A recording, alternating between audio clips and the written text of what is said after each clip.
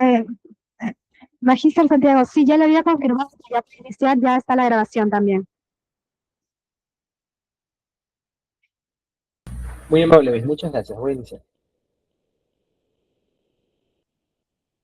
Disculpen un momento y iniciamos.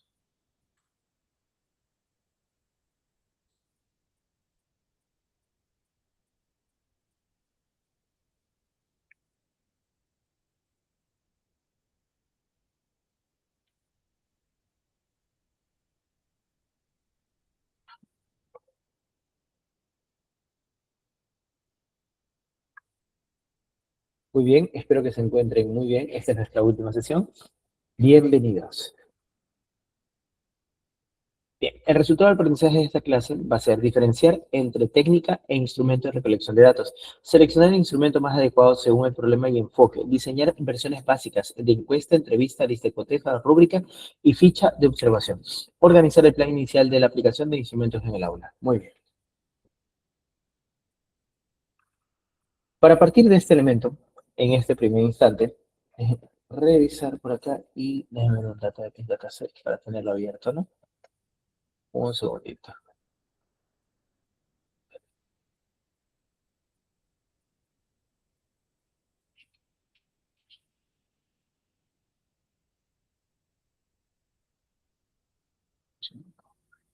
El 24,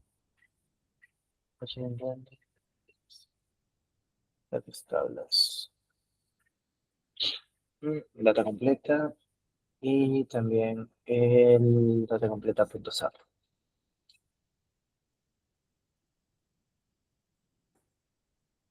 Un segundito que se me abre un software para tenerlo en la mano y explicar con prontitud. Se quedó.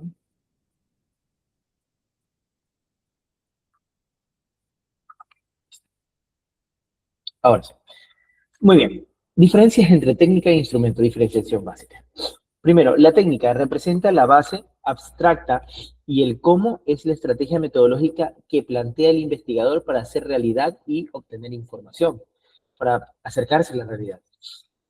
De técnicas podemos ejemplificar la observación, la entrevista y la encuesta.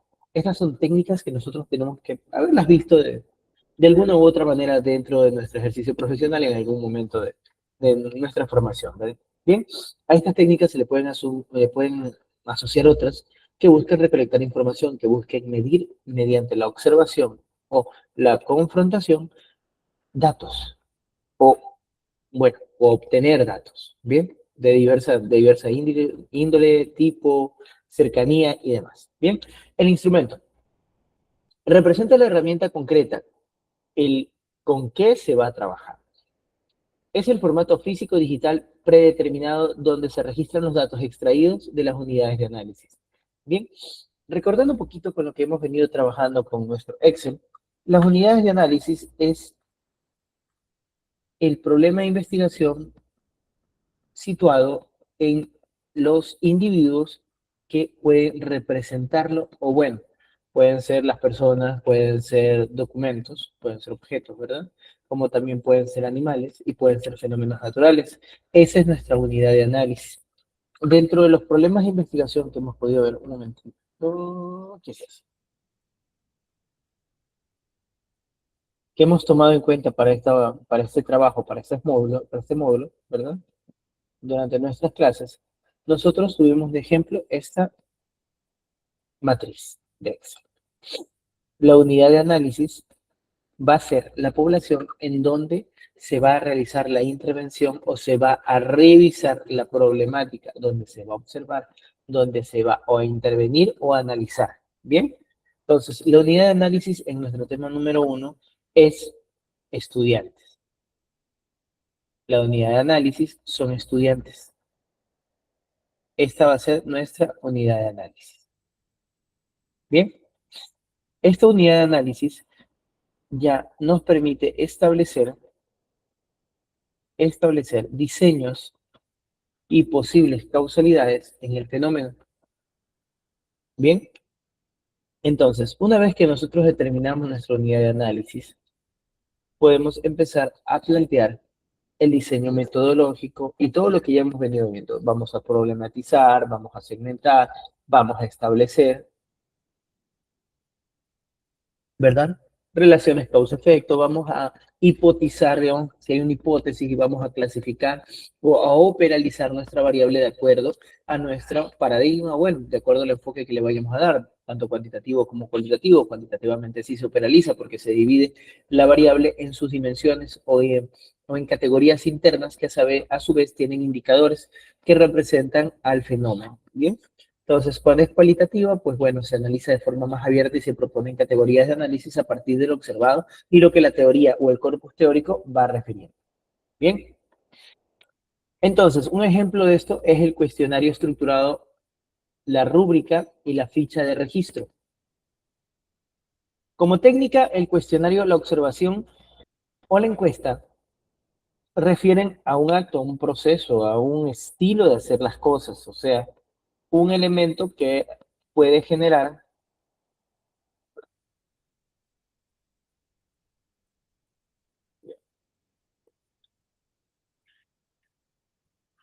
un elemento ya estructurado. Entonces, la técnica es la base, es el procedimiento, como lo que nosotros hacemos en educación, pues bueno, podemos tener como técnica una prueba de base estructurada, o podemos tener como técnica una prueba de preguntas abiertas, un cuestionario de preguntas abiertas, ¿bien? Una entrevista, ya eso es una técnica, un procedimiento físico, o bueno, secuencial, que nos permite realizar algún tipo de acto, ¿no? En cambio, cuando se convierte en un instrumento, esto ya se encuentra normado, ya se encuentra establecido, ya se encuentra parametrizado para que funcione en relación con lo que se quiere lograr. ¿Bien? Con lo que se quiere lograr.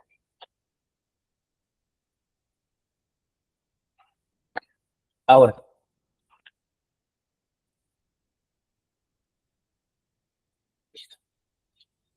criterios para elegir un instrumento. Antes de diseñar un instrumento, hay que preguntarnos dos cosas. ¿Bien? Primero, nuestro tema de investigación, nuestra temática, ¿verdad? Nuestra temática de investigación va a aportar algo nuevo o va a utilizar o va a basarse en un caso. ¿Bien? ¿Por qué y a dónde voy con esta pregunta? Un poquito, ahí se me ve más claro, bien. Correcto. ¿A dónde vamos con esto? Si mi temática va a ser un análisis, va a ser una aplicación de un caso, va a ser una experiencia educativa, bien, dentro de esta experiencia y dentro de esta investigación yo voy a poder generar espacios, voy a poder generar nuevas evidencias o voy a demostrar buenas prácticas. Eso está muy bien, pero establecer o diseñar un instrumento para una temática única que no pueda ser replicada es un esfuerzo que puede ser en vano. ¿Por qué? Los instrumentos, cuando se diseñan para analizar fenómenos dentro de poblaciones o para analizar algún tipo de comportamiento. Estos instrumentos deben ser válidos y deben ser fiables.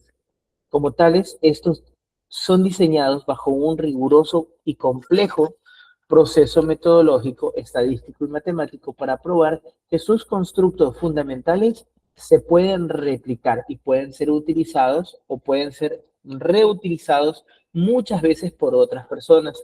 Aquí es donde nosotros vamos a tener la primera disyuntiva. Mi investigación va a generar instrumentos nuevos o van a generar eh, instrumentos para recolección de datos para este caso, o sea, que no puedan ser replicables, que este instrumento es un ejemplo de cómo lo pudieras hacer, pero no funciona en la mayoría de las ocasiones o en contextos diferentes al mío.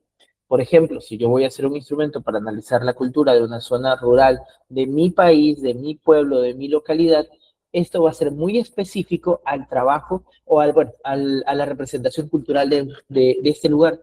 No va a poder analizar fenómenos culturales que pueden representarse o que pueden presentarse en cualquier otra parte. Ya, bajo este cuestionamiento vamos a partir. Ahora, antes de diseñar un instrumento se debe preguntar, ¿qué información necesito recoger? ¿Voy a medir frecuencia, percepción, conductas, opiniones o desempeños? Necesito respuestas cerradas, abiertas o ambas. Mi estudio es cuantitativo, cualitativo o mixto. ¿Y qué instrumento se ajusta mejor a mi problema? Regla didáctica útil. Si quiero conocer opiniones o percepciones de varias personas, es una encuesta. Si quiero profundizar en experiencias, es una entrevista. Si quiero registrar conductas o hechos observables, requiero una ficha o lista de cotejo, ficha de observación o lista de cotejo. Y si quiero valorar niveles de desempeño, necesito una rúbrica, tal cual como se hace la evaluación en el aula. Bien.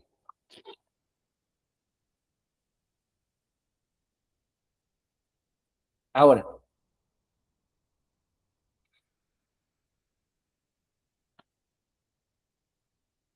la tríada dorada para calibrar nuestras herramientas de medición. Primero, necesitamos identificar dos conceptos clave: validez y confiabilidad. Bien. La validez de un instrumento radica en que los constructos o los cuales va a medir sean los adecuados y sean los correctos. La validez refiere al nivel conceptual de la estructura de los ítems o indicadores que va a tener mi instrumento. La validez se refiere a un nivel conceptual y esto se puede obtener mediante diferentes tipos de procedimientos y aquí voy a referir uno. Bien, mide realmente tu instrumento, tienes que preguntarte si mide realmente el constructo que pretendes medir. Un ejemplo muy fácil. Si yo quiero medir aprendizaje o quiero medir la perspectiva de los estudiantes en el aula invertida, tengo que analizar si cada uno de mis indicadores, constructos, bueno, cada uno de mis indicadores y sus constructos miden de forma coherente, sintáctica y semánticamente lo que yo deseo medir. Significa que la estructura de mis preguntas vean realmente y analicen o confronten al encuestado sobre mi temática real. Significa la validez es de nivel conceptual. Y para lograr esta validez, y aquí es donde yo les decía que era importantísimo identificar qué quieres hacer. Si tú quieres dar una experiencia, generar una experiencia o una buena práctica educativa, o vas a generar o vas a generar algún tipo de reconocimiento, tendencia, medición a gran escala, para esto vas a necesitar distintos tipos de instrumentos.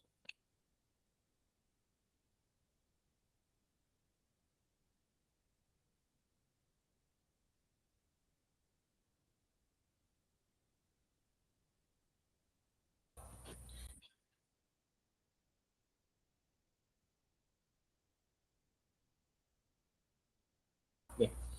Ahora, la validez es conceptual y esta se debe medir a partir del análisis de los constructos. Aquí hay un particular. Se habla mucho y ustedes podrán notar muchos, pero muchos artículos que hablan de validez de instrumentos, de la validación, de la calibración, de la producción de instrumentos para medir diferentes temáticas del aprendizaje o cercanas a este.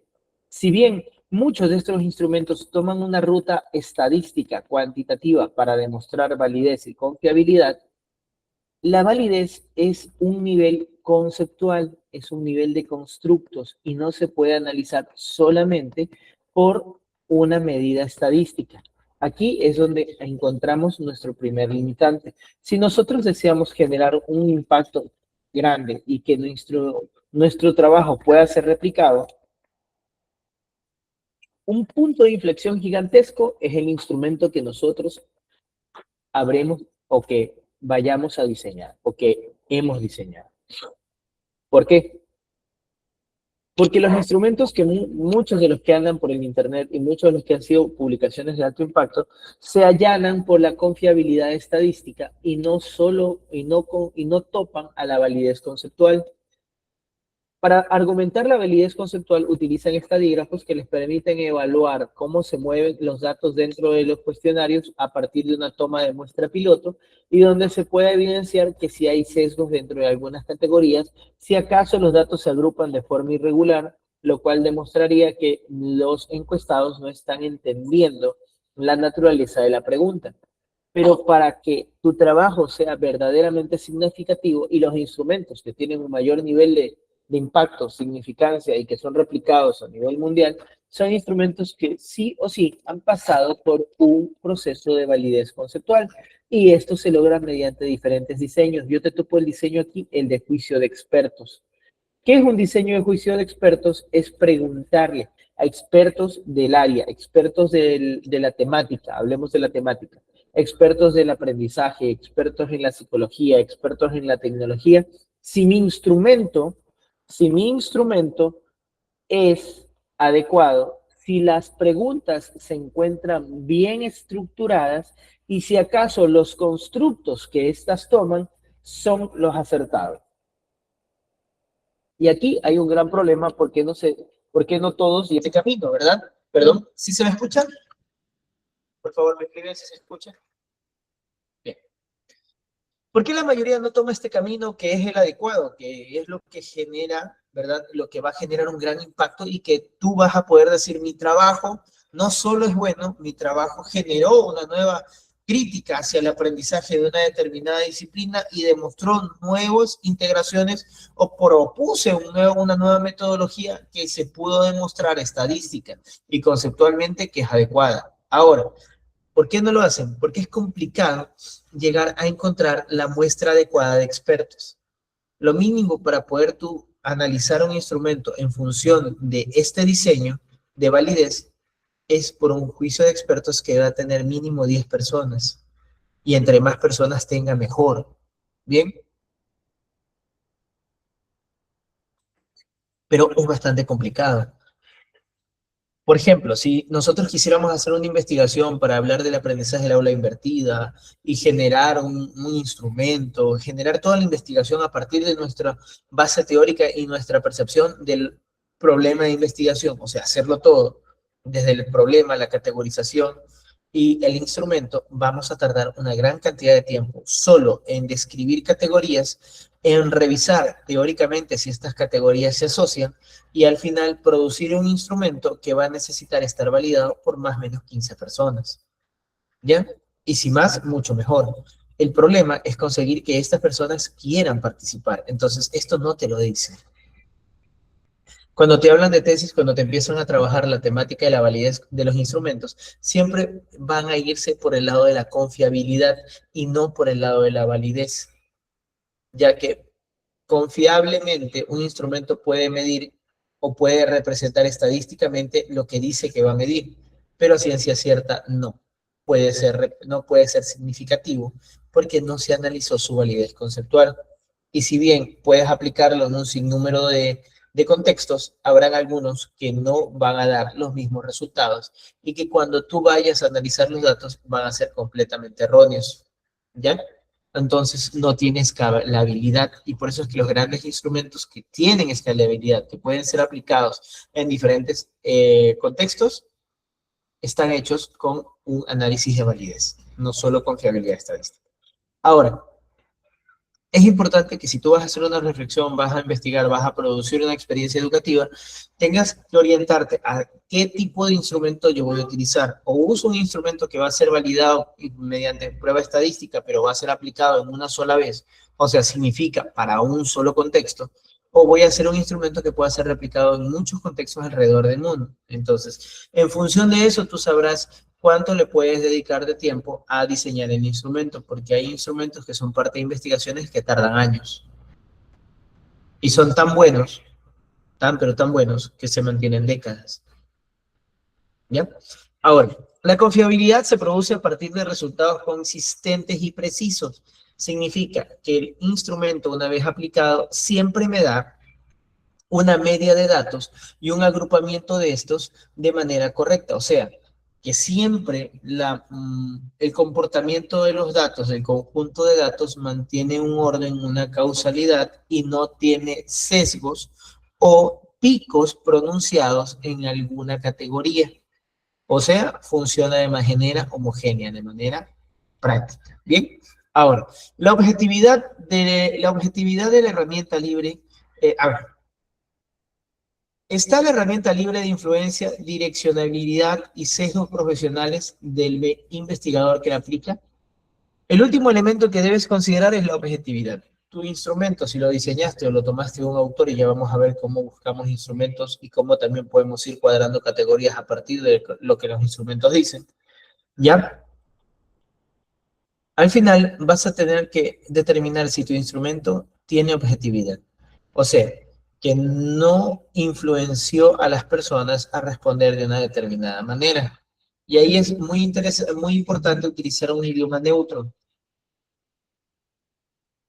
Hay diferentes formas de representación para las escalas, ¿bien? Que ya lo vamos a ver el asunto de las escalas. Entonces, es importante tener validez y confiabilidad para un instrumento, ya que la validez demuestra de manera conceptual que el instrumento pregunta lo que tú quieres averiguar, y confiabilidad que el instrumento se puede replicar y va a obtener resultados siempre dentro de parámetros establecidos. ¿Bien?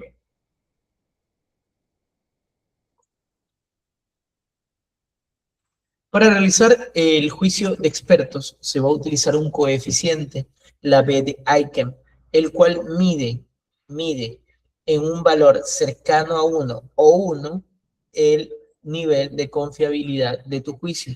Hay otros también como el IBC, que es el índice de validez de contenido, que hace algo similar. Bien, en este estadístico lo que se hace es analizar el promedio de las puntuaciones de los jueces por el valor mínimo de la escala, menos el valor mínimo de la escala, dividido por el rango máximo mínimo. Si una escala tiene 25 ítems y, bueno, si una escala, bueno, un cuestionario tiene 25 ítems y utiliza una escala de 5 alternativas, entonces va a tener en total como puntaje máximo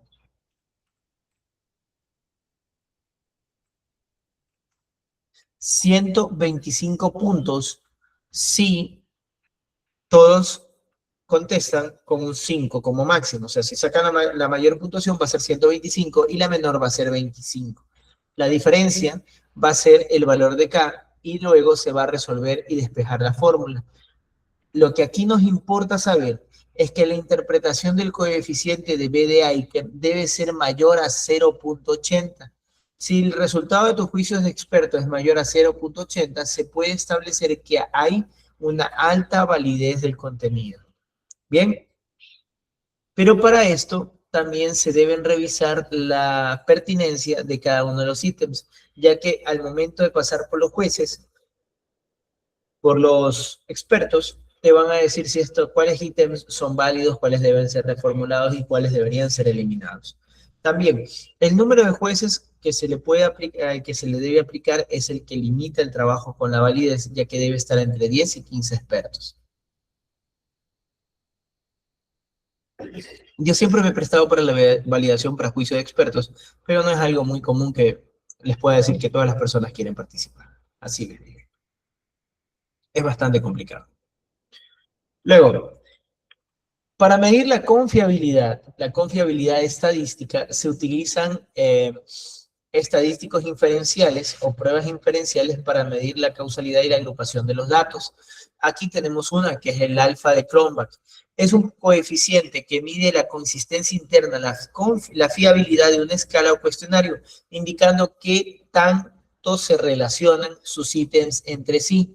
Esta varía entre 0 y 1 y el coeficiente debe ser superior a 0.70 para que sea aceptable.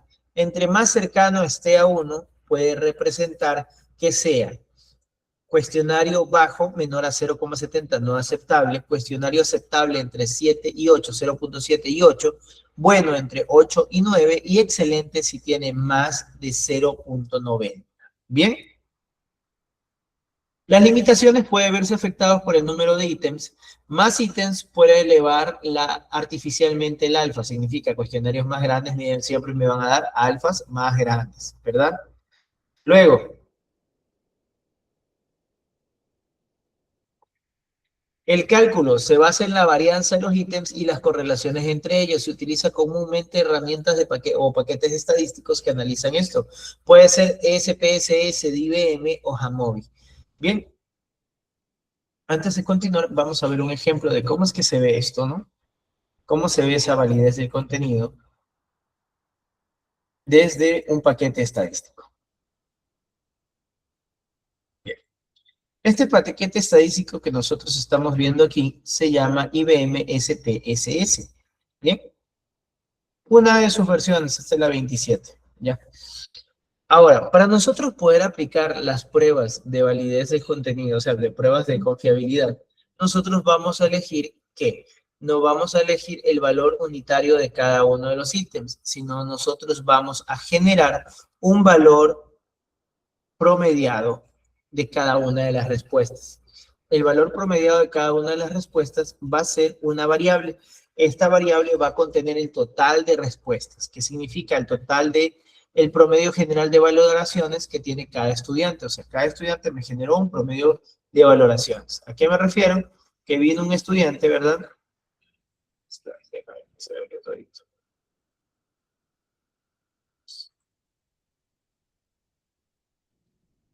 Aquí la vamos a ver. Listo.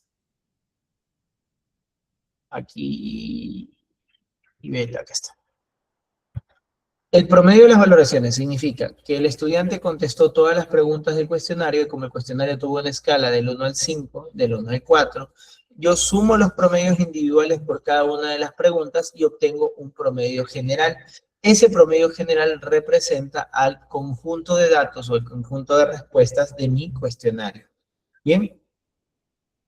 Para yo poder hacer este análisis, yo lo que debo hacer es tomar la valoración general y irme a análisis y me voy a escala.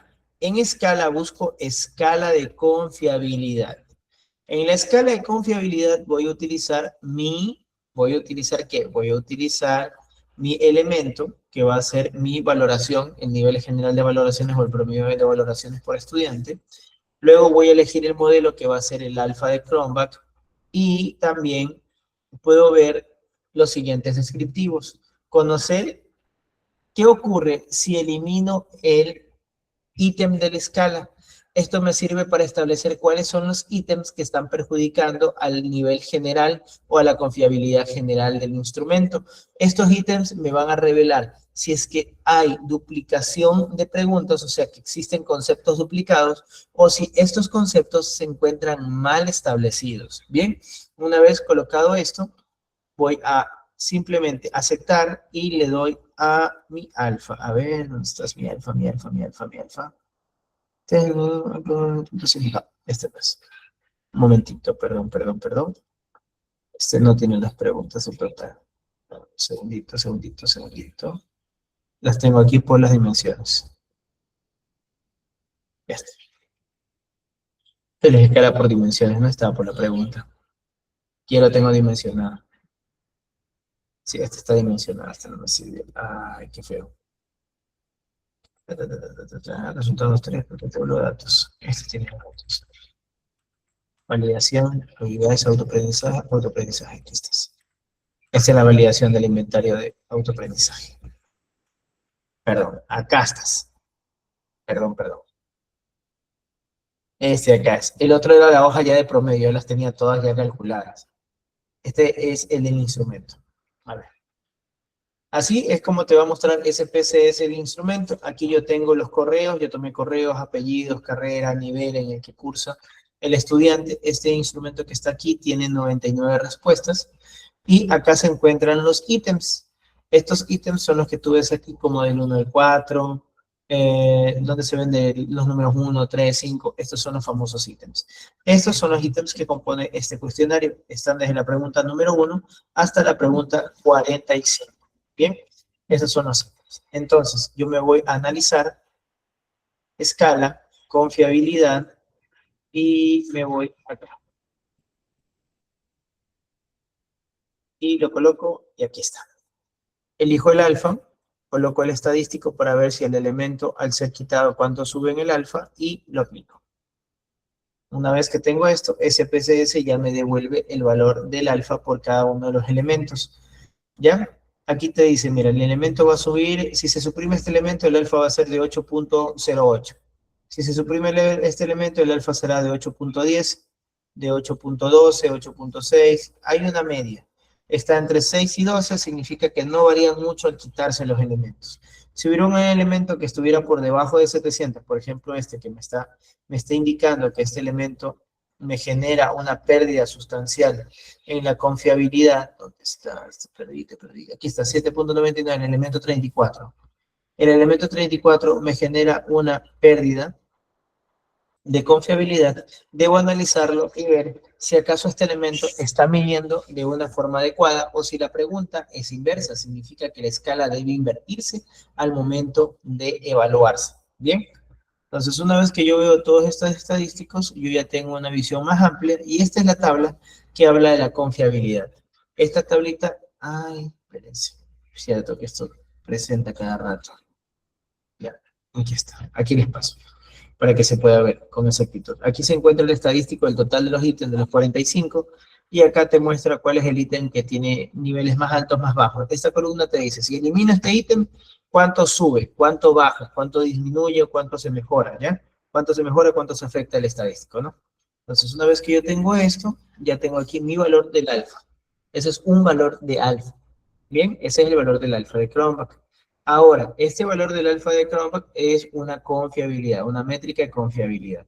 Esto también se puede hacer por diferentes tipos, diferentes paquetes, no es nada del otro mundo, esto se hace también con otros paquetes. Este es de pago y acá tengo un paquete que es Jamovi, que me permite hacer todo esto igualito, pero desde un paquete basado en Python y R, donde yo puedo obtener de igual forma factor análisis de confiabilidad y aquí voy a tener, aquí ya analicé todo, por si acaso, estos son mis resultados. Entonces, aquí yo tengo mis estadísticos, mis niveles, aquí se encuentra el alfa. Ah, ya, aquí ya, ya, sí. Y acá está, argumentos P1 no valid. Déjenme ver que aquí había un problema, creo, porque me está diciendo que hay un error.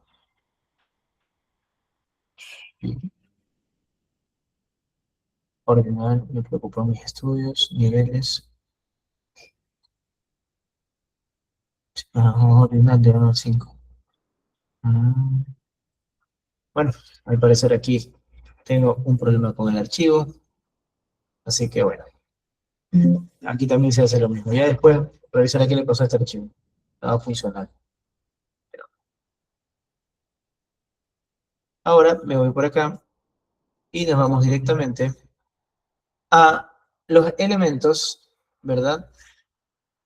Perdón. Déjame quitar esto.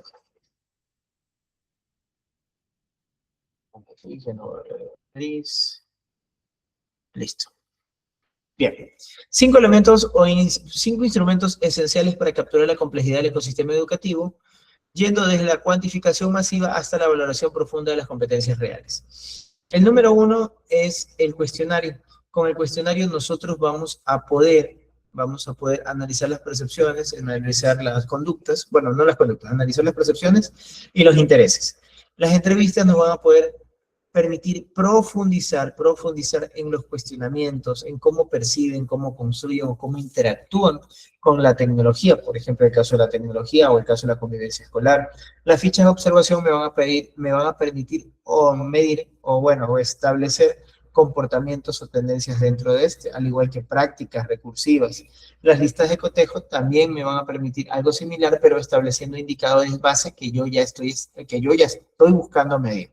Significa, una ficha de observación me va a permitir analizar un grupo de tendencias, un grupo de conductas, pero ya en la lista de cotejo yo puedo establecer indicadores por cada una de estas para decir cuáles son más prevalentes y qué ocurre, ¿ya? Pero para ya ir cuantificando, ya para ir segmentando lo que queremos hacer. Y lo último son las rúbricas socioformativas, en las cuales ya se investiga en profundidad la calidad tanto de aprendizajes como de procedimientos. Son las que nosotros utilizamos comúnmente dentro de los proyectos educativos. Esas son las famosas rúbricas, ¿no?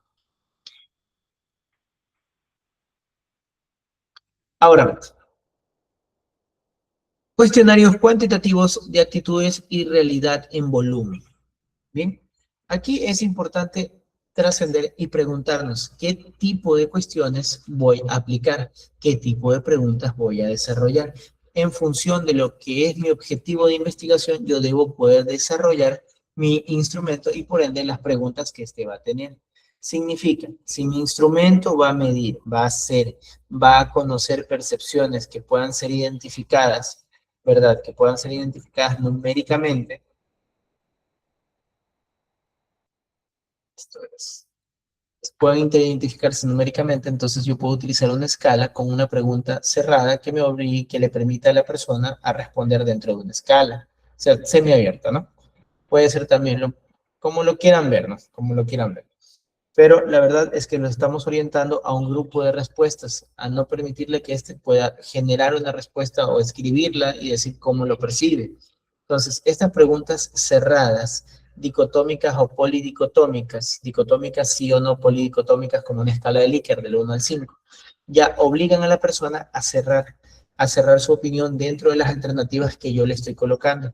Las preguntas abiertas permiten el cuestionamiento del entrevistado, que actúe libremente, que obtenga información, o sea, se obtiene información de él, se analiza, se establece sus percepciones, su posición emocional, su experiencia.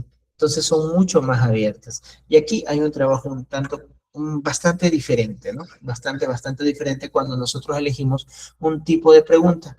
Y esto se va a atar directamente a nuestra metodología de la investigación, la metodología que nosotros vamos a usar. Si va a tener un enfoque cuantitativo, si va a tener un enfoque cualitativo.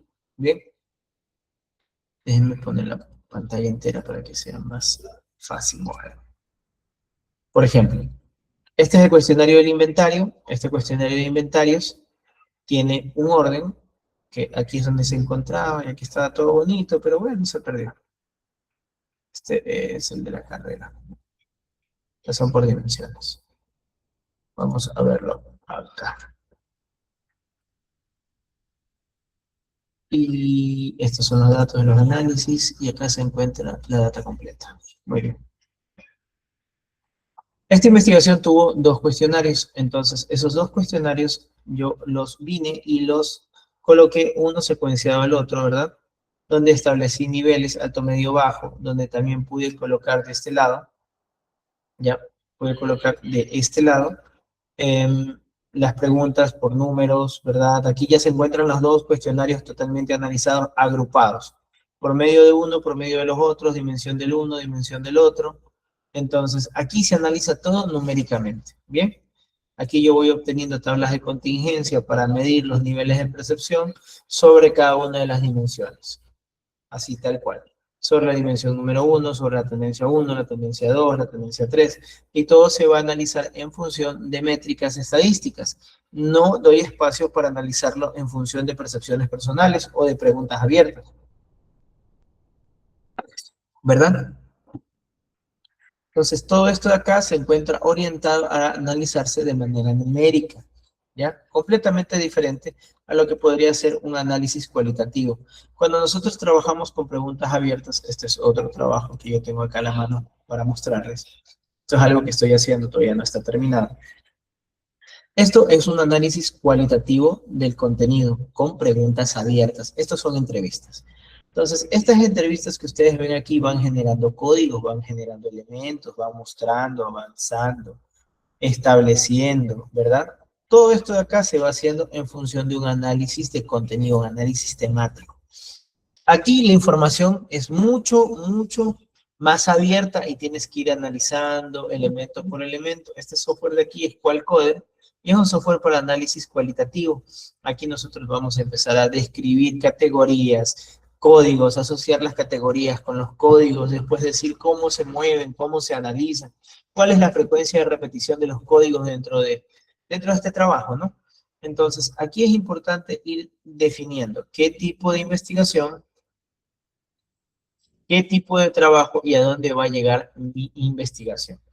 Si voy a hacer un análisis profundo de las experiencias, de las percepciones de los estudiantes acerca del proceso educativo, me conviene tener preguntas abiertas. Pero si voy a hacer preguntas cerradas, o sea, si yo voy a analizar percepciones y estas van a estar en función de una escala dicotómica o polidicotómica, entre sí, ¿no? O del 1 al 5 o del 1 al 10 en cuanto a representación del sentimiento de esta persona, entonces yo voy a plantear un cuestionario de una manera diferente, ¿bien?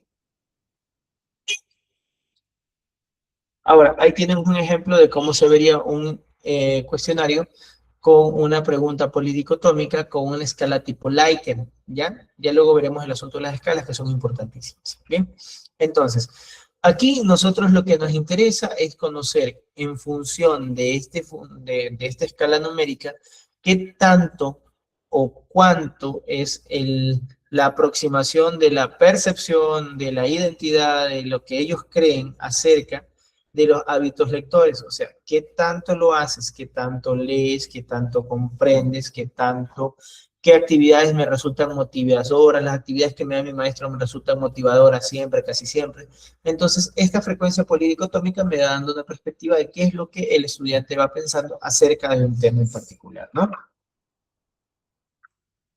Ahora, cuando hablamos de entrevistas, necesitamos entender que la entrevista te permite profundizar en el contexto, ¿ya? Y es de corte cualitativo, ¿bien? Ahora, puede ser estructurada, focalizada o no estructurada. Y por eso es que ustedes ven este tipo de manifestación, esta gráfica bien bonita, ¿no? Estructurada es cuando nosotros tenemos una orden y una redacción de preguntas invariables. Significa, voy a empezar desde la pregunta número 1 con la categoría 1 hasta la pregunta número 20 con la categoría número 5. ¿Ya? Y tú la vas declarando en ese orden, le vas diciendo, vamos a empezar la categoría de observación, vamos a empezar la categoría de aprendizaje significativo, tú la vas llevando de esa manera. Cuando es focalizada por guías, el desarrollo es flexible, basado en una lista de aspectos clave a explorar, se concentra en un tema único, permitiendo que el entrevistado se exprese libremente dentro de esos límites, pero siempre orientándolo a las pautas que tú estás buscando. Luego está la no estructurada, sin un modelo rígido, flujo libre para obtener un panorama amplio y exploratorio de los datos, ideal para descubrir temas emergentes. Bien, estas entrevistas no estructuradas son un tanto más complicadas de llevar, porque nosotros no tenemos ni siquiera una causalidad, no estamos buscando nada en específico, sino queremos ir buscando, queremos ir encontrando a partir de las experiencias de las personas. Y esto te sirve mucho cuando estás haciendo estudios de corte etnográfico, ¿ya? De corte etnográfico para establecer a partir de la reconstrucción de vivencias, elementos del contexto o problemas que se presentaron dentro de la vida de un grupo de personas, por ejemplo. Aquí tienes un ejemplo de cómo se vería esta ficha, ese formato de entrevista donde van a haber solo preguntas abiertas. Ahora, o semiestructuradas, ya lo que importa aquí es ir a dónde vas a buscar, qué es lo que vas a encontrar. O sea, ¿qué quieres encontrar? En función de eso vas estructurando, o semiestructurada o estructurada, o con una lista, o completamente abierta, para ir viendo qué es lo que el entrevistado te va a dar. Ahora, al momento de trabajar con estos datos, para luego trabajarlos, vas sí o sí tener que caer en un software de análisis de datos. Esto es Qualcoder, este es abierto, te permite trabajar, lo voy a escribir aquí, en el análisis de categorías, te permite hacer muchas cosas interesantes, ¿verdad? ¿Ya? Y te permite extraerlo para luego verlo en software con modelos matemáticos o de análisis lexométrico, como puede ser eh, IRAMUTEC, que he tenido una fascinación este último año y he estado trabajando un poquito con IRAMUTEC para aprender más cómo hacer estos análisis lexométricos, que son bastante interesantes, bastante interesantes. Bien, entonces, una vez que yo estoy aquí y ya tengo esta idea, ¿qué es lo que quiero hacer? Yo quiero una entrevista semiestructurada porque quiero analizar las percepciones acerca de una temática, acerca de categorías y tópicos que yo ya tengo analizados y que yo ya tengo seleccionados. Por la deseo ser abierto y quiero entender por completo el fenómeno del aprendizaje desde la perspectiva de sus participantes. Así, tal cual, lo que ustedes quieran llegar. Ahora, capturando el fenómeno educativo en vivo. Registra acontecimientos y comportamientos primarios sin inferir ni hacer preguntas. Por ejemplo, registros no estructurados y fichas estructuradas. Estos pueden ser diarios de campo, notas, fotografías. No tienen un esquema predefinido y se adaptan al avance de la recolección de datos, ideales para estudios exploratorios. Y capturan el contexto de análisis profundo. Muy bien, entonces, si yo voy a hacer, bueno, si yo quiero conocer cómo está ocurriendo esta realidad en el aula, qué ocurre, cómo se está manifestando el aprendizaje en este contexto, yo voy haciendo notas, un diario de notas, voy tomando apuntes, o voy tomando fotografías para establecer ese tipo de comportamientos. Esto es muy cercano a los estudios etnográficos y sociológicos. Bien, también las fichas estructuradas poseen un plan definido referido de datos específicos. Significa, voy a analizar cierto grupo de conductas, voy a analizar cierto grupo de patrones que yo ya identifiqué antes, que yo ya revisé teóricamente y son adecuados, y los voy a ver en situ para ir estableciendo puntuaciones, frecuencias y poder analizarlas a futuro, analizarlas luego. ¿Bien? Así es como se vería una ficha de observación. Tienes un aspecto observar, responde preguntas al docente sí o no, qué intervención, cómo su intervención espontánea, sí o no, comenta ideas, bien. Luego tienes un registro descriptivo de la sesión, como fue cuando inició, qué tuvo, qué particularidades hubo, y una conclusión del observador, bien. Así es como se vería una ficha de observación. Ahora, para hablar un poquito ya en tema de los instrumentos, ya, listas de cotejo y procedimentales. Aquí nos vamos a quedar una pausa para tomar en cuenta un tema de instrumentos.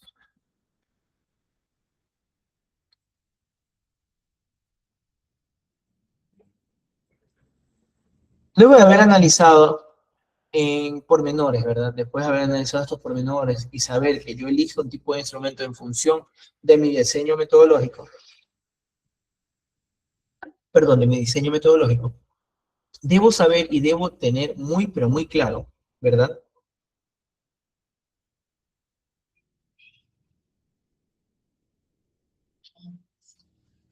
Que puedo utilizar instrumentos que ya han sido validados y han sido parte de investigaciones mucho más grandes. Por ejemplo, en este caso, mire, voy a analizar este instrumento que habla de la evaluación de la competencia innovadora del docente, visto desde el estudiante. Bien, para yo establecer, para yo poder tener una idea de qué instrumento puedo utilizar, ¿ya? Y para saber a dónde va a ir mi investigación, porque aquí viene la parte importante, ya que la investigación siempre va a estar un tanto por ahí, siempre va a estar cercana al contexto donde va a ser aplicado.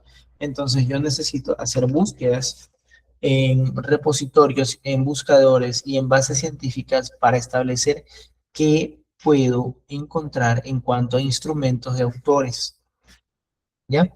Aquí el problema es que nosotros, para plantear un instrumento, vamos a tardar una gran cantidad de tiempo. El planteamiento de un instrumento no es algo que se haga inmediatamente. Incluso, si nosotros vemos este que le estoy poniendo aquí como ejemplo, ¿verdad? Este instrumento que lo tomo como ejemplo, este instrumento tuvo un periodo de diseño, ¿ya? Bueno, en esta revista no se avisa cuándo se lo recibió, ¿no? Pero acá al final saben colocar las consideraciones.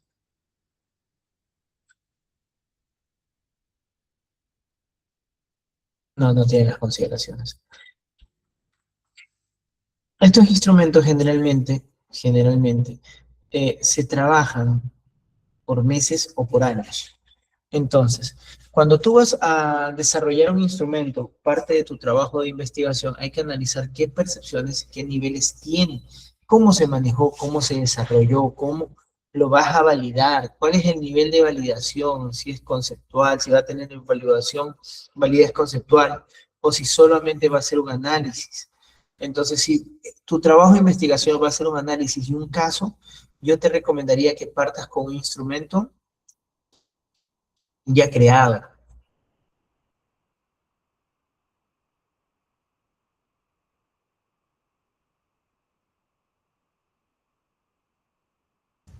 Bien, entonces, para esto necesitamos buscar en repositorios diferentes fuentes o, bueno, en Google Scholar y en otros repositorios, instrumentos acerca de nuestra temática. Por ejemplo, vamos a colocar aula invertida, invertida, más instrumento. Aquí lo coloco de esta manera. Aquí está.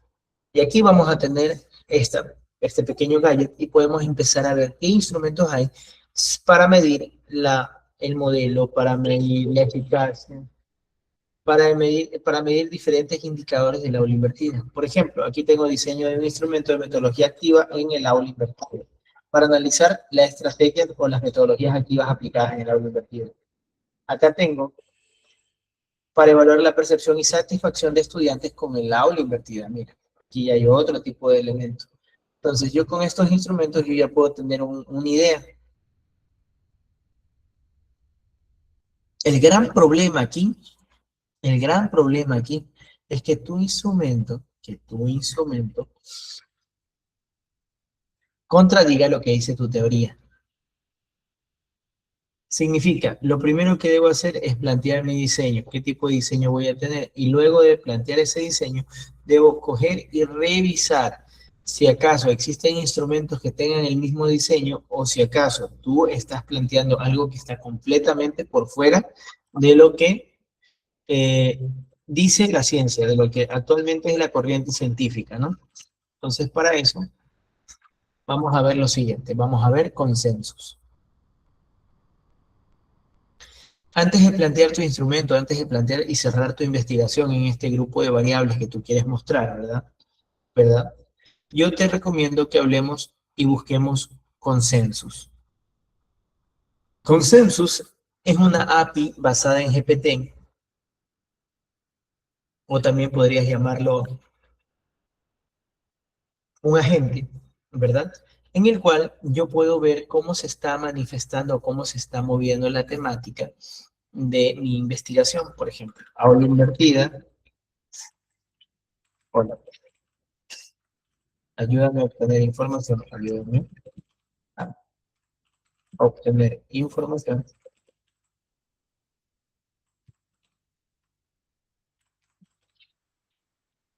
o consensos acerca de aula invertida. Perdón. Consensos. Y aquí viene el código. Aula invertida y metodologías activas.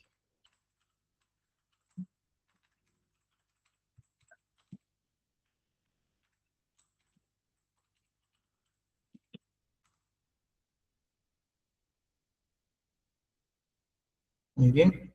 Acá me voy a empezar a trabajar. Aquí te dan las ideas principales. Acá se está hablando sobre la satisfacción del estudiante. Otra dimensión es el rendimiento académico. La favorece el aprendizaje activo. Y otra dimensión también está hablando que puede beneficiar especialmente a estudiantes con un menor rendimiento, o sea que puede servir como un apoyo, ¿no? Ahora, si nos vamos a Consensus App, acá ya es un poquito más establecido, ¿no? Vamos a verlo. Aula invertida de aprendizaje, aquí lo tenemos. Este es nuestro. Aquí ya nos muestra ya en su interfase un poquito más información.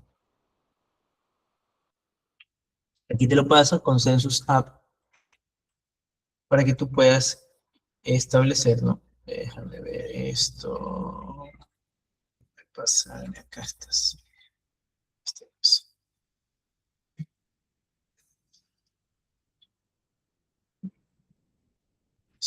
No te pongo esto.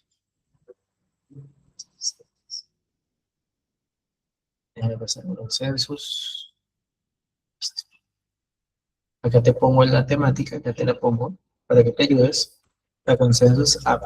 Y en Consensus nosotros también podemos utilizarlo como un filtro para ver qué es lo que dice actualmente, qué es la temática que rodea al aprendizaje, el aula invertida, y lo más importante, cuáles pueden ser las posibles categorías de análisis. Miren, aquí se habla un poco del estudio autónomo, el trabajo con videos, el trabajo activo, también se habla del rol docente y se habla de la evaluación formativa.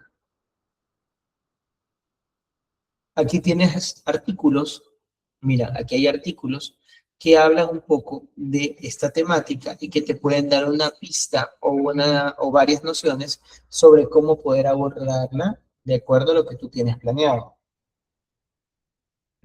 También, una vez que yo tengo esta información de aquí y ya me tengo un poquito más claro el trabajo, yo voy y voy a buscar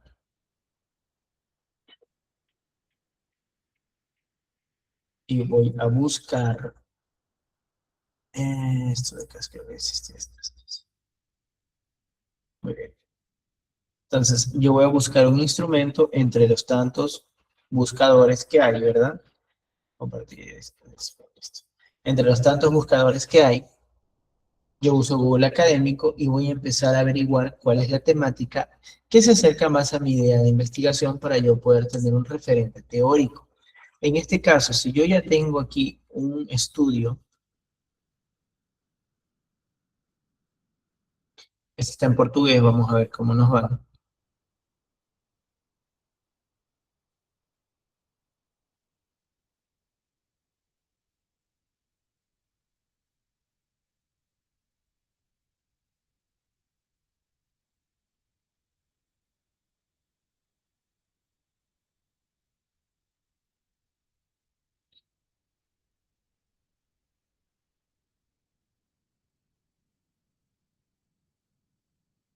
Bien, aquí vamos a ver un poquito, nos vamos a ir directamente a la parte metodológica para ver si hay criterios. Bueno, esto está en inglés, utilizó un instrumento de 5 ítems, 5 criterios avalados, 4 ítems referenciales y se encuentran totalizados en total 20 ítems validados.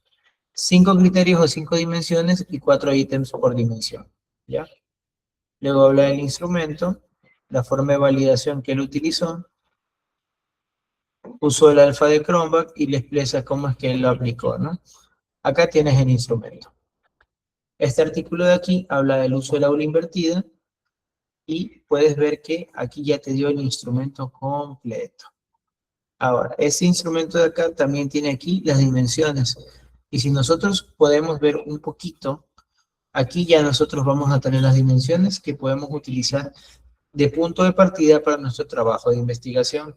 Entonces, a partir de este instrumento, puedo yo empezar a esquemar un tanto mis dimensiones y qué es lo que yo deseo abordar o qué es lo que yo deseo revisar. Ahora, esto es una manera, este instrumento está bueno, lo voy a guardar yo también para mi trabajo, nunca se sabe.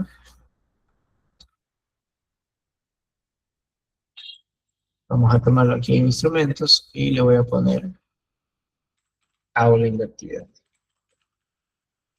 Aula invertida y ambientes virtuales. Ambientes virtuales, listo. Ahí tiene dos etiquetas. Aula vertientes virtuales. Listo, por acá tenemos otro, aula invertida y satisfacción de estudiantes. Compartir este en este lugar. Acá tenemos otro, modelo de aula invertida y validación del instrumento para evaluar la percepción y de satisfacción. Aquí tienes la satisfacción, otro nivel, otro tipo de tópico. Y miren, aquí también tiene algo significado, así algo parecido. Aquí tienes las dimensiones del instrumento, tienes beneficios, satisfacción y comunicación. Este instrumento tiene solo 3 dimensiones y en total debe tener 18 ítems, si no estoy mal. Sí, 18 ítems. Teniendo una distribución un tanto particular, 1, 2, 3, 4, 5, 6, 7, 8, 9, 10 ítems en la dimensión 1, 3 ítems en la 2, 2, 4, 5 y 5 ítems en la 3.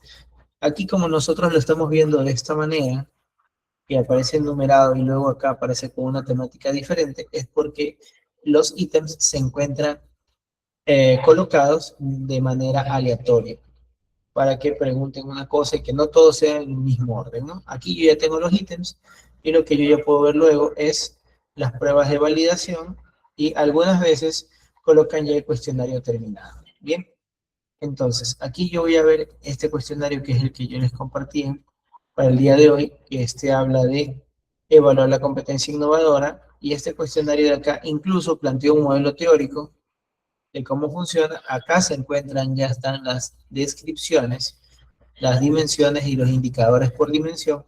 Tiene en total 28 ítems y tiene 1, 2, 3, 6 dimensiones. Entonces, cuando yo me voy para acá abajo, ya puedo ver todo el asunto de la toda la temática de la validación. Esta es una validación por modelo de análisis factorial antes y después, es análisis exploratorio y luego confirmatorio.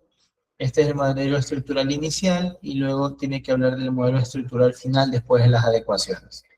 Ya, estos son estadísticos que se tomaron a partir de los datos para analizar elementos. Aquí te describe cuáles son los datos.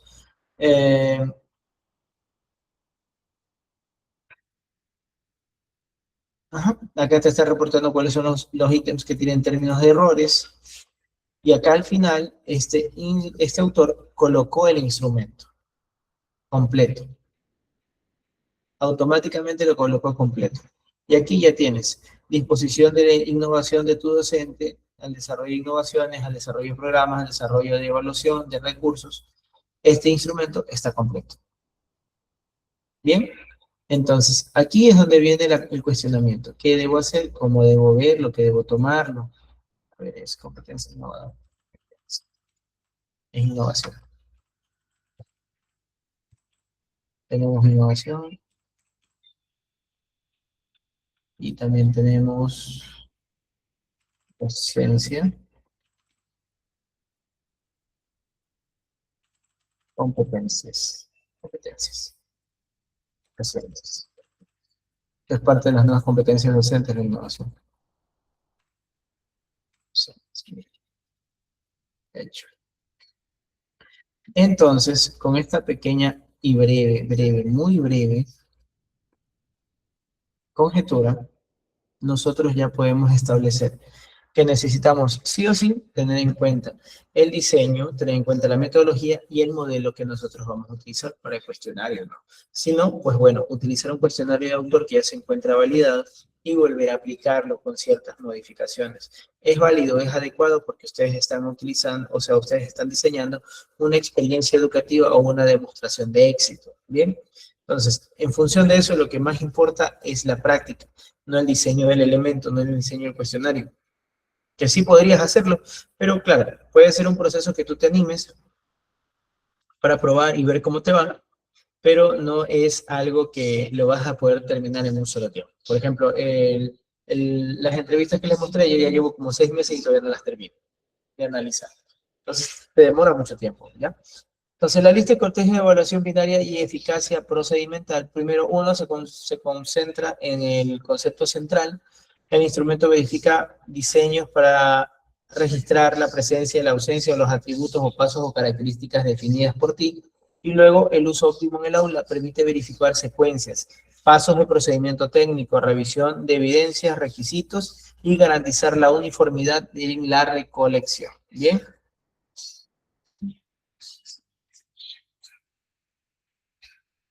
Así es como se vería.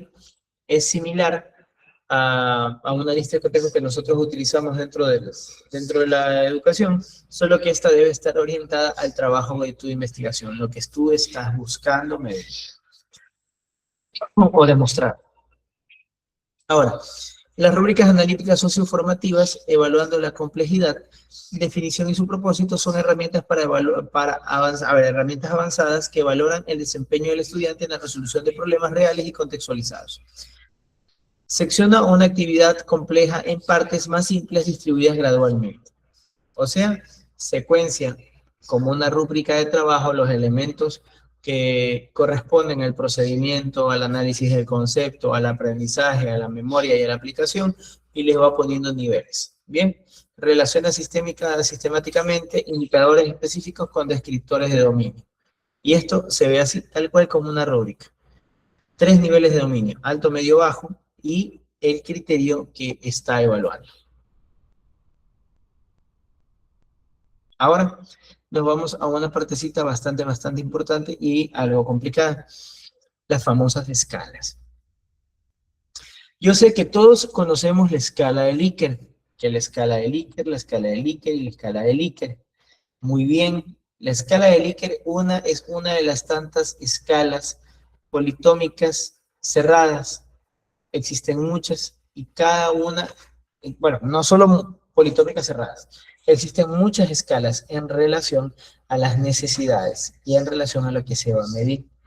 Ahora, la escala nominal clasifica o identifica categorías sin establecer un orden. Por ejemplo, sexo, tipo de institución por sostenimiento, ¿ya?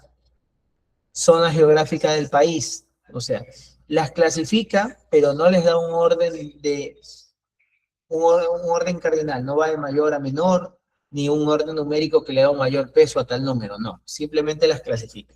La escala ordinal clasifica y ordena categorías, pero no indica la distancia exacta entre ellas. Entonces, la escala ordinal es la que yo tenía, por ejemplo, en el análisis de las dimensiones, donde tenía 1, 2, 3, que representan a niveles. La escala ordinal puede representar niveles, alto, medio, bajo, ¿bien? Y ahí le estás dando una jerarquización, alto el superior, medio el de que está a la mitad, inferior el que está abajo. Una escala de intervalo ordena y mide distancias iguales entre valores, pero no tiene un cero absoluto. Por ejemplo, la identidad, la magnitud e igualdad de distancia. Tiene operaciones como sumas y restas. Y un ejemplo puede ser la temperatura, la cual es una escala de intervalo, significa entre un valor y otro. La escala de razón es la más completa, ordena, mide distancias y posee un cero absoluto. Identidad, magnitud, distancia y cero absoluto. Se multiplica y se divide, y aquí lo podemos tener en esta escala de razón: la longitud, el peso, el ingreso y el precio. Esas son escalas de razón, ¿ya? Es la escala más completa.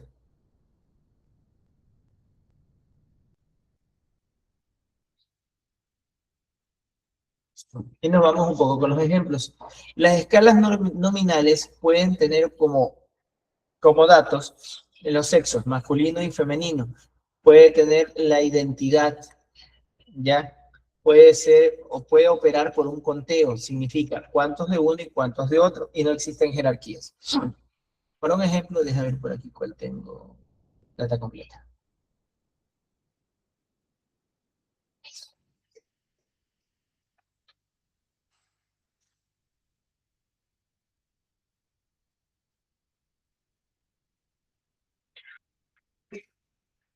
Por ejemplo, con esta data que yo tengo aquí voy a hacer un análisis de frecuencias para saber por sexo cuántas personas hay, ¿no?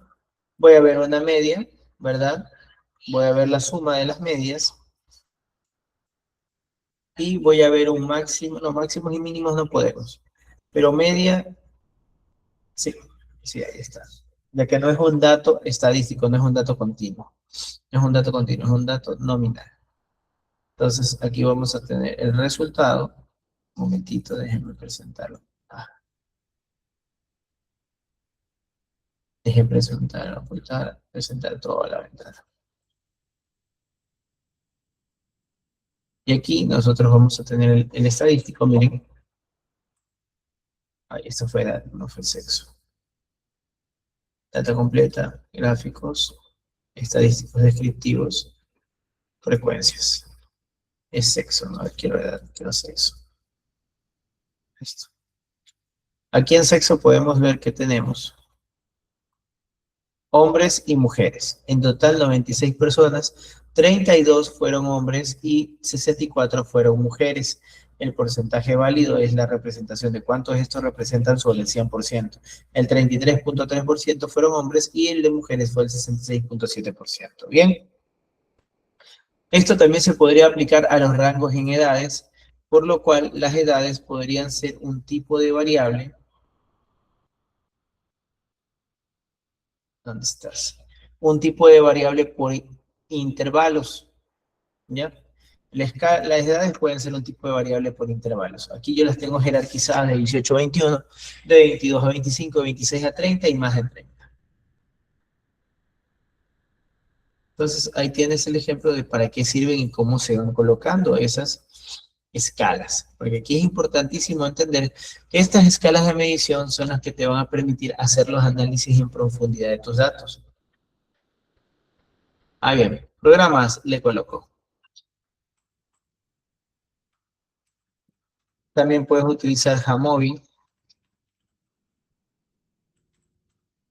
También puedes utilizar Hubs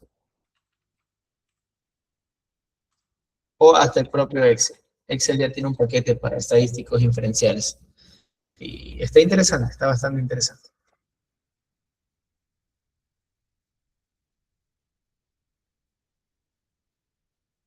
¿Listo? ¿Preguntas, por favor? Vamos a abrir una pequeña ronda de preguntas. Antes de mostrarle un poquito de cómo se puede ver. Qualcoder, similar a Atlas T, pero gratis. Completamente gratis. Aquí viene un asunto. Ya que estamos por aquí, tenemos un tiempito, les muestro cuál es la ventaja de Qualcoder. Ahora, Qualcoder sí no te permite hacer unas cuantas cosas que Atlas T sí te permite. Pero Qualcoder, por ejemplo, aquí yo tengo colocado, hola llama, esta es la llama. Qualcoder funciona se integra con IA. Qualcoder se integra con IA. Déjenme compartir toda la ventana. Qualcoder se integra con IA. Por ejemplo, acá yo tengo Hola Llama, que es una IA local que carga el modelo de DeepSeek R18 y mi qualcoder está conectado con ella. Por ejemplo, esto de acá lo tienes que ir haciendo uno a uno y si usted ya sabe un poquito de Atlas T porque me preguntó, ya sabrá que tiene que ir generando los códigos en función del método, ¿verdad? El método de saturación de contenido o la teoría de la saturación de contenido, donde se busca analizar el total de elementos de la entrevista para establecer que ya no le puedo obtener más información. Eso a simples rasgos es la saturación de contenidos, ¿no? Pero aquí con Qualcoder, al integrar IA, aquí tengo, miren, acá está la pestaña de IA, puedo yo utilizar esta de aquí y, por ejemplo, yo estaba viendo que yo no tenía barreras sociofamiliares, por ejemplo aquí. Me voy a IA, iniciar búsqueda con IA, le digo barreras sociofamiliares en entrevista 1, ¿ya? Y le doy a que lo revise. No es genial, no es lo máximo, ¿verdad? Por si acaso, no piensen que es una solución para evitar tener que analizar y leer las preguntas en profundidad, pero sí te ayuda. Te va dando unas cuantas ayudas en ciertas entrevistas que tú dices aquí ya no puedo obtener nada más, ¿no? Por ejemplo, esta primera entrevista tenía algunos códigos que eran mucho menores, que no tenían mucha representatividad. Entonces ahí trabajando un poquito, viendo un poquito este software, me estoy generando algunos elementos, ¿no? Entonces aquí le tienes que tener mucha paciencia porque el software es gratuito, ¿no? No, no esperen obtener así resultados potenciales de golpe. Esto tiene su tiempo, es gratuito, está dentro de tu computadora, entonces está utilizando los recursos de tu PC. Lo probé con Gemini de Google y funciona muy bien porque tú lo puedes conectar con Gemini, pero Gemini va a cobrar. Gemini te va a cobrar por tokens por cada una de las preguntas. Entonces, cada vez que la IA está haciendo una consulta, está buscando dentro con estas funciones, está generando un token de consulta. Entonces, ahí tienes que pagar por cada uno de los tokens. Significa, por cada consulta o cada vez que utilices el modelo, tienes que pagar, ¿ya? Entonces, aquí sí veo que se está demorando bastante, aunque ya encontró algunos datos, pero le tienes que tener mucha paciencia. Eso sí, este software de aquí te permite enviar, déjame ver si lo puedo ver, si tal vez lo terminé insertando, no me acuerdo. Te permite mandar, mira, aquí ya me sacó el primero.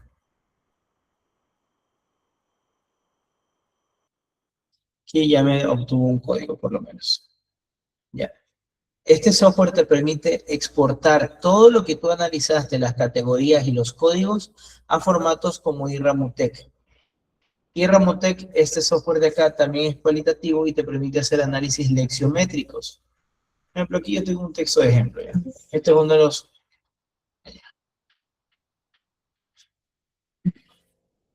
Ay, no cargo el archivo. Abrir corpus teórico. Y aquí viene la pelea. Producción científica, políticas, corpus general 2, corpus general ejemplo 2.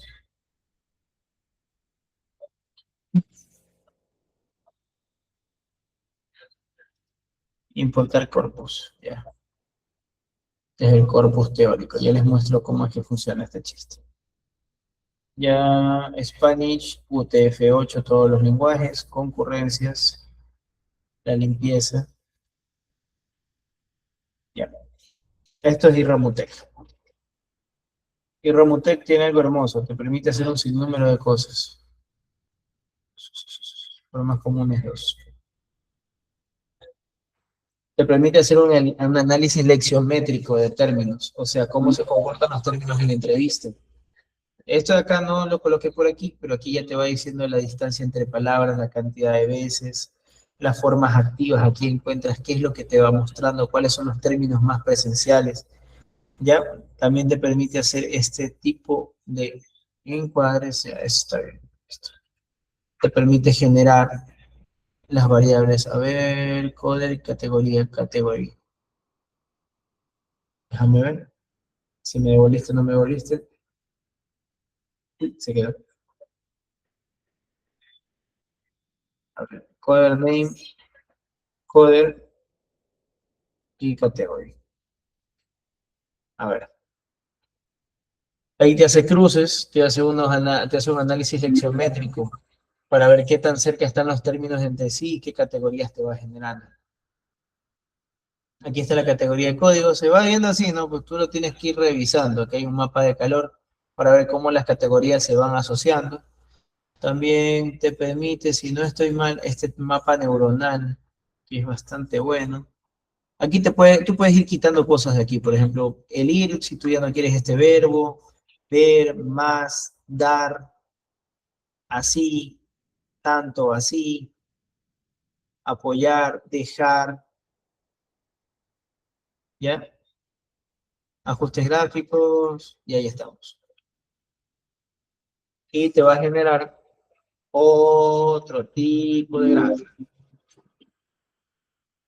Ya, estos gráficos ya se ves. Aquí ya es un gráfico neuronal de los temas troncales que existen dentro de tus códigos. ¿Ya? Aquí hay otro tipo de gráficos. ¿Ya? Entonces, tú aquí vas generando un sinnúmero de elementos. Mira, por ejemplo, selecciona uno de los metadatos, corpus por metadato. Ah, no, esto es por subcorpus. Esto es subdividir los metadatos. Entrevista 1, entrevista 2, barreras. Aquí hay que volver a leer todito las entrevistas. Sí, porque aquí estos son los códigos de categoría. Estas son las categorías. Vamos a poner por una categoría. Interesante. Bueno, aquí tú lo vas moviendo. Te vas generando los subcorpus. Ajá. Aquí están los estadísticos de la categoría. Y te va generando más información de los estadísticos por categorías. Aquí están las categorías. Aquí también se encuentran las palabras. Los mapas de términos. Code name. Code category. Y archivo. A ver si lo genera. Tiene ese sonidito de fondo que es medio especial. Ya, y con estos datos de aquí tú puedes ir generando formas. Así es como se van asociando. Estos son métricas entre una forma y otra.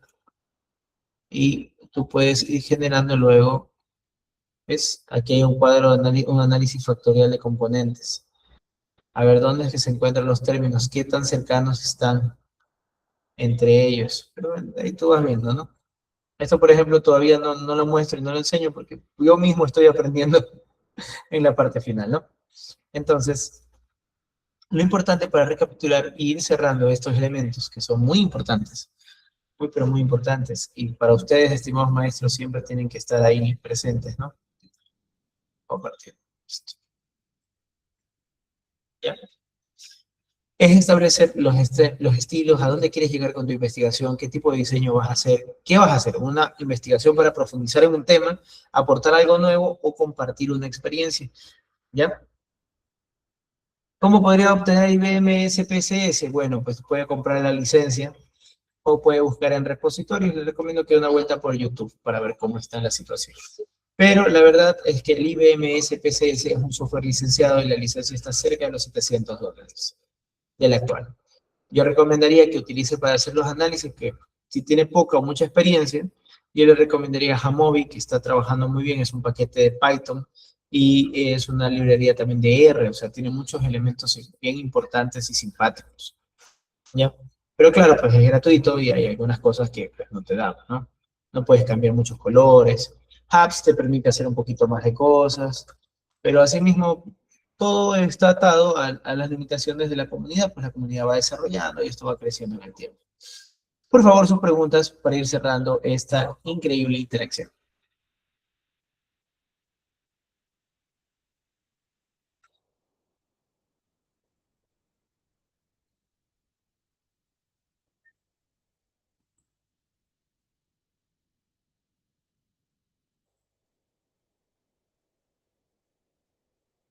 En efecto, mis Edith, en las investigaciones de corte cuantitativo se van a basar mucho en propuestas de hipótesis, en análisis de tendencias, en análisis descriptivos, análisis inferenciales y los elementos o los instrumentos que usted va a manejar de mayor frecuencia, más frecuentemente, van a ser cuestionarios.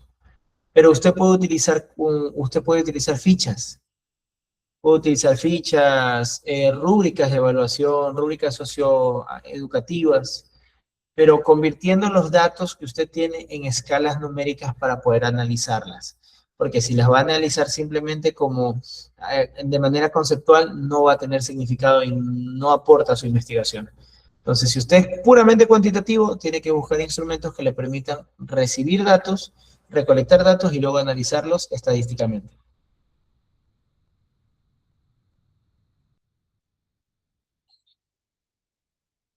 No la entendí. La verdad, no me quedé interesada en la última parte.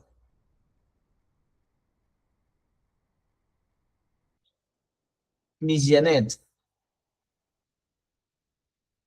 si me reformula la pregunta, tal vez.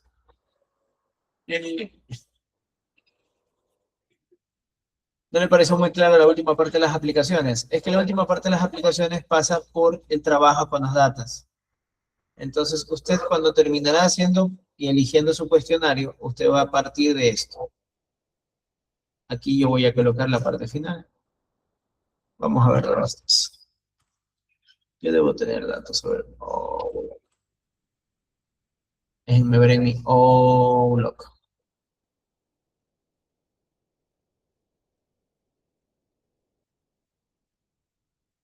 Ahí se cuenta. A ver, a ver, a ver, a ver, a ver, a ver. Es, este es un DP. Aquí. Cuando usted ya traiga su documento, ya lo convierta en fórmulas. Cuando ya conviertas tu documento, tu instrumento, ya lo conviertas en en un instrumento para recolección de datos, ya vas a pasar por este elemento. Lo vas a convertir en un cuestionario digital. Y una vez que tú tengas este cuestionario digital con tus preguntas, tus escalas, tus dimensiones, todo, cuando obtengas esos datos vas a tener una hoja de Excel similar a esta. Y a partir de esta hoja de Excel, a partir de este documento de hoja de cálculo, tú vas a transportar todos estos datos y a normalizarlos en tu software, acá en el software.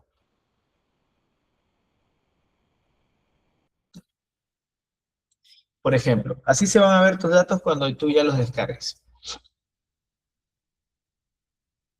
Cuando ya tengas tus datos, perdón,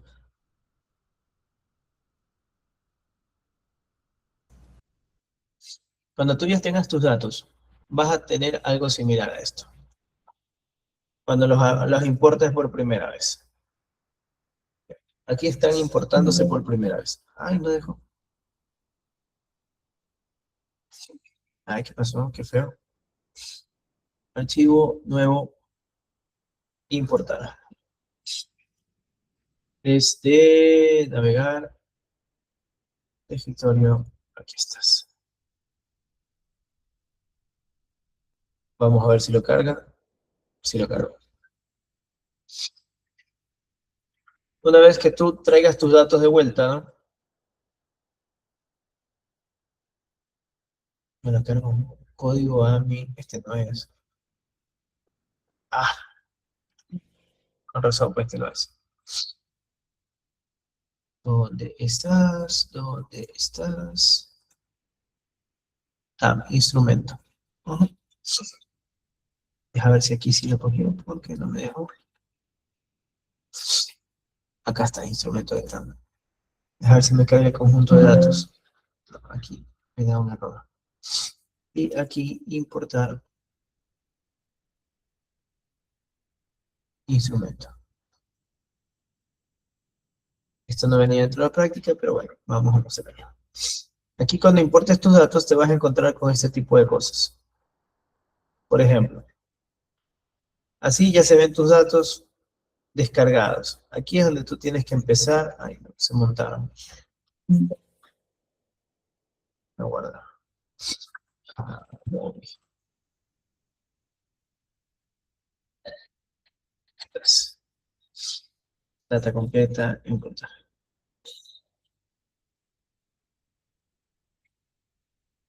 Una vez que tú tengas tus datos, vas a tener algo similar a esto. Así se ven tus datos en Trudo. Una vez que tú llegues a trabajarlos, llegas a editarlos, los llegues a normalizar, porque ese es el término, normalización y homogeneización de datos, tú vas a tener una data similar a la que yo les mostré, ya así, ya establecida, ya con niveles, con jerarquías, con rangos de edades. Pero para llegar a este punto tienes que empezar a trabajar con tus datos y, por supuesto, abrir, empezar a limpiarlos. Y eso es un capítulo aparte que sí no podríamos verlo aquí, ya que tus datos tienen que estar primero ordenados. Así es como te los da el formulario y tú tienes que cambiar todo esto a escalas numéricas, tienes que cambiar los nombres superiores, hay que cambiarlos a nombres cortos, hay que eliminar columnas que no tienen sentido y revisar cuáles son los datos que no tienen valores. ¿Ya? Y ir normalizando la forma de expresión de estos. Y ahí luego con el software, solamente con el software, no es nada del otro mundo, ya es empezar a trabajar y ver qué estadísticos puedes obtener de este trabajo. La verdad es que para análisis de datos ya sería como que sí, un curso, pero bastante más extenso, porque tú tienes que partir de la teoría de la estadística. Partes de la estadística descriptiva hasta la inferencial, y de ahí en adelante puedes ir a modelos matemáticos, modelos estadísticos. Hay un sinnúmero de elementos que van más allá. Pero sí, al inicio vas a tener que empezar a trabajar con tu Excel, a mejorar tus datos, tener escalas, luego importarlos y ver qué software te va funcionando. Porque así como vieron, uno sigue practicando y va viendo qué es lo que va funcionando, qué es lo que va resultando a trabajar con esto, ¿no?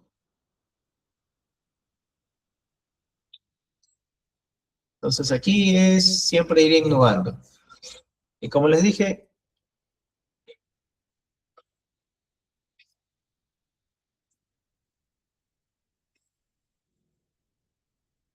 ya, entonces aquí lo importante es estar viendo qué se puede hacer y siempre buscando una nueva metodología, buscando algún tipo de estudio, porque aquí hay que basarse mucho por los estudios que se van publicando y tú vas viendo cómo manejaron, cómo llevaron, cómo categorizaron, cómo recolectaron los datos, y ahí tú te vas guiando, ¿no? Hay que ser muy autodidacta, ya que no todo no todo lo vas a encontrar en un solo lugar, pero sí, es importante irse formando también en el uso de software y en el análisis de datos, porque si les gusta mucho la investigación cuantitativa, pues bueno, la mayor parte es analizar datos. Ahora sí, terminamos una vez más. Les agradezco a ustedes la oportunidad y el tiempo. Ha sido un placer trabajar con ustedes. Muchísimas gracias.